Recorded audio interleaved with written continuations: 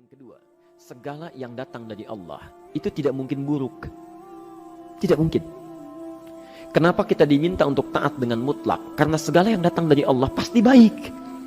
Ya, pasti baik. Karena Allah menurunkan segala maslahat sesuai kebutuhan kita. Cuma manusia kadang-kadang, menginginkan sesuatu dengan pikiran pendeknya yang bukan kebutuhannya. Al-Baqarah 216. Agak pelan-pelan kita ya.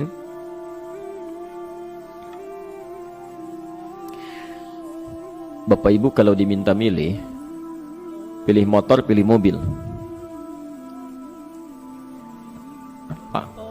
Pilih motor, pilih mobil.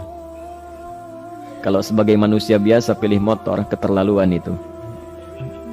Umumnya akan memilih mobil. Akan memilih mobil umumnya. Tapi kadang-kadang kita menginginkan sesuatu yang tinggi, menurut Allah itu bukan kebutuhan kamu. Kebutuhan kamu itu motor. Ya. Keperluan kamu motor. Kalau kamu punya mobil, sulit nantinya. Gangnya sempit, mesti bikin garasi, anggaran bertambah, dipikirin juga. Capek. Sudah, motor saja, terbebas dari banyak kemacetan. Mampu diurai, tidak banyak difikirkan. Pelan-pelan. Turun ayat, Kutiba alaikumul qitalu wa huwa kurhul lakum. Ya. Diwajibkan atas kalian berperang. Dulu orang diminta jihad gelisah, ya. Gelisah. Nah, kalau ada perintah Allah yang melahirkan kegelisahan, ini maknanya. Ya. Tidak harus dalam konteks jihad yang fisik, ya. Jihad, melawan hawa nafsu kita. Jihad melawan pikiran kita. Jihad melawan prasangka buruk kita. Kadang-kadang ada keinginan kita yang kita inginkan menurut Allah itu belum baik untuk kita. Nah, sifat manusia ketika diberikan oleh Allah keputusan yang terbaik, kadang-kadang ada sifat dalam hatinya gejolak, belum bisa menerima. Ya. Ada gejolak di hatinya. Dalam keadaan demikian kata Quran, Kutiba alaikumul qital. Kalau Anda merasakan sesuatu sedang ada gejolak di jiwa, sulit menerima ketetapan Allah, maka perangi perasaan-perasaan buruk itu. Wa huwa kurhul lakum, walaupun itu sulit.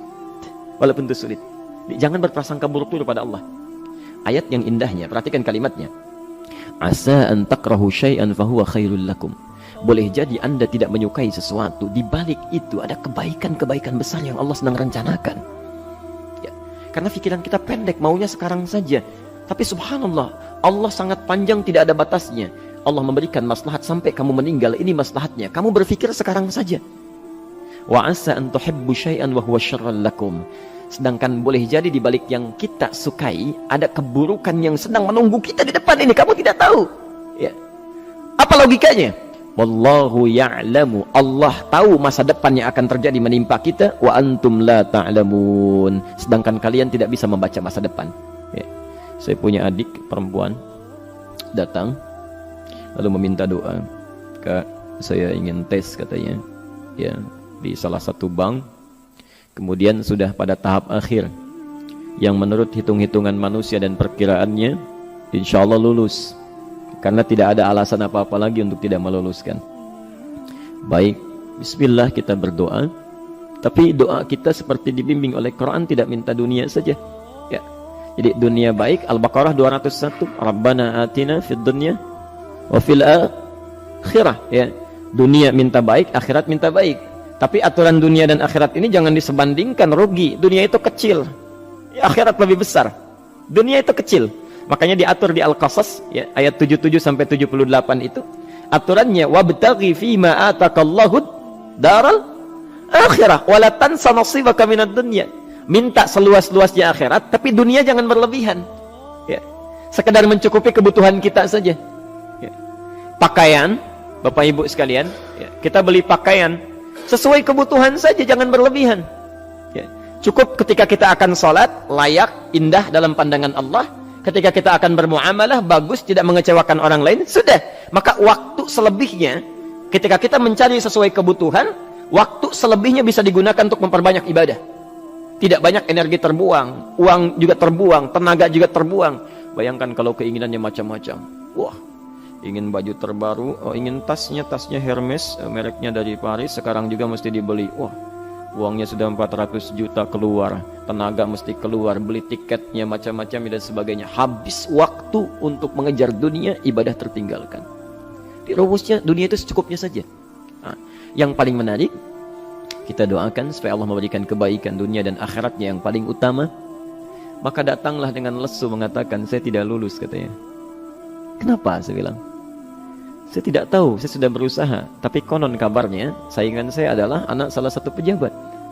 Masya Allah. Saya bilang, kamu jangan bersedih. Kamu menginginkan sesuatu dengan pikiran pendek, Allah pasti memberikan yang terbaik yang tidak terlukiskan nanti. Subhanallah, pekan beberapa hari setelah itu, muncul berita, ternyata dia diterima di bank syariah. Dia menginginkan sesuatu yang diinginkan, Allah menginginkan lebih dari apa yang dia harapkan. Dikasih bank syariah, di situ terjaga, meningkat keagamaannya, terjaga hijabnya, segalanya, dan disitulah kemudian diarahkan untuk menemukan jodohnya. Masya Allah. Dia berpikir saat itu Allah merencanakan masa depannya. Ya. Jadi apa yang Allah sudah rencanakan pasti baik, Pak, Bu. Jadi tadi dari salat subuh yang pertama kali ingin disampaikan adalah, coba dilihat sampai subuh ini, adakah aturan Allah dan Rasulnya yang sampai subuh ini pernah kita langgar, pernah kita ragukan? Barangkali itu yang membuat kehidupan kita sulit. Ya. Allah, Rasul membuat aturan. Dan ada 4 tipikal orang, ya, 4 tipikal orang bila dihubungkan dengan aturan yang Allah dan Rasul sudah buat itu. 1, ada yang ikut aturan. Maka orang seperti ini kata Quran, yuridullahu bikumul yusra wala yuridu bikumul usra. Al-Baqarah 185. Allah menginginkan kemudahan, tidak menghendaki kesulitan dalam hidupmu. Ya. Maka dibuat aturan, yang ikut aturan Allah pasti mudah hidupnya. Ya, pasti mudah hidupnya. Ya. Rizkinya mudah, hidupnya mudah, nyaman, enak. Ya. 1, ada yang ikut aturan. Yang kedua, ada yang keluar aturan. Ya. Ini pasti repot. Pasti repot. Di awal-awal seperti menyenangkan, ujung-ujungnya repot. Allah bilang, jujur, jangan berdusta. Kalau dusta celaka. Wailul lil mukadzibin. Celaka bagi para pendusta. Dia keluar aturan, dia berdusta. Awal-awal memang nikmat. Besok. Ya. Pak, ini amplop siapa ya? Ya. Maaf Pak, ini amplop memang ini khusus Pak, anggaran tertentu, tidak ada kaitan dengan proyek ini. Padahal ada kaitan dengan proyek, dia sisihkan untuk kepentingan pribadinya. Bohong. Saat itu merasakan enak dapat tambahan, besok-besok dikejar-kejar sama aparat kepolisian. Ya. Celaka. Wail, itu sudah keluar aturan pasti celaka. Ya. Subhanallah. Jadi ada orang kedua keluar aturan. Yang ketiga bikin aturan sendiri. Dikasih aturan, dia bikin aturan sendiri. Subhanallah. Kalau sakit, dibuat ketentuan. Sakit pertama, kalau biasa-biasa saja, ya, subhanallah, ikhtiarnya pergi ke dokter. Seorang sahabat datang kepada Rasulullah, ya Rasulullah, saya sakit, tolong doakan saya. Kata Nabi, idhab ila tabib, pergi ke dokter. Ini orang pintar sekali. Kata orang ini, ya Rasulullah, Anda kan Nabi Rasul, angkat tangan Anda, Allah kan maha menyembuhkan, nanti Allah sembuhkan saya. Cerdas ya? Tapi subhanallah, Nabi harus lebih cerdas, dapat bimbingan dari wahyu.